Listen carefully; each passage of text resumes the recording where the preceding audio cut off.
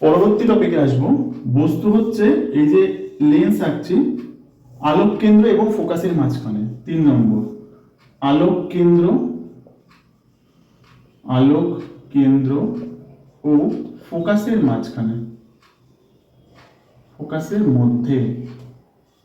ঠিক আছে, তাহলে এটা প্রধান অক্ষ, ঠিক, এটা আলোক কেন্দ্র, এটা ফোকাস, এটা এদিকে f2 দ্বিগুণ 2f2, প্রধান অক্ষরটাকে বাড়িয়ে দিলাম, এটা f1, এটা 2f1। বস্তু আলোক কেন্দ্র এবং ফোকাস এর মাঝখানে বস্তু রয়েছে। কি হতে পারে? এই গেল, এখান দিয়ে বেরোবে, বেরিয়ে যাচ্ছে আলো। আরেকটা কি হবে? আলোক কেন্দ্র দিয়ে যাবে। তাহলে এই আলোক রশ্মি কোনোদিন মিট করবে? কোনোদিন মিট করবে না। যার জন্য আমি এটাকে কি করব, এটাকে ব্যাক সাইডে টানবো এখান থেকে। এই আলোক রশ্মি এদিকে যেত, তাহলে এদিকে টানলে এই যাবে।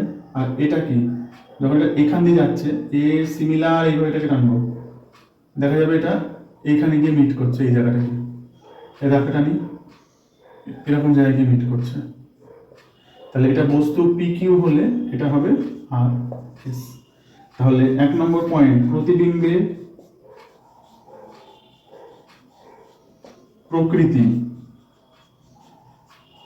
দেখো আগের গুলো ছিল সৎবিম্ব, এটা কিন্তু অসৎবিম্ব। আগের গুলো সব ছিল অবশিষ্ট, এটা কিন্তু শীর্ষ একই দিকে, দেখো, তাহলে এটা হবে সমশীর্ষ। ঠিক।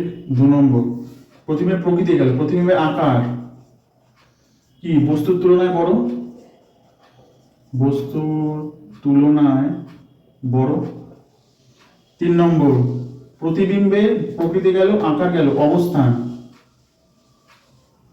বস্তুর পিছন দিকে, বস্তুর পিছন দিকে, লেন্সের যে পাশে বস্তু সেই বস্তুর পিছন দিকে। আর 4 নম্বর গেল ব্যবহার। এই কার্যনীতি কোথায় কাজে লাগানো হয়? এটা হচ্ছে বিবর্ধক কাঁচ, ম্যাগনিফাইং গ্লাস আছে, বিবর্ধক কাঁচ রূপে অনুবীক্ষণ যন্ত্রে ব্যবহার করা হয়। অনুবীক্ষণ যন্ত্রে।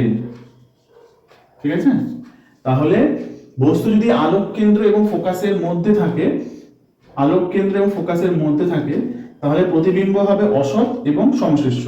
প্রতিবিম্বের আকার হবে বস্তুর তুলনায় বড়, এতটা। আর প্রতিবিম্বের অবস্থান হবে বস্তুর পেছন দিকে, এই যে বস্তু এর পেছন দিকে গেল। আর এর ব্যবহার কি? বিবর্ধক কাঁচ রূপে অনুবীক্ষণ যন্ত্রে, ম্যাগনিফাইং গ্লাসে এই কার্যনীতিটাকে ব্যবহার করা হয়। ক্লিয়ার?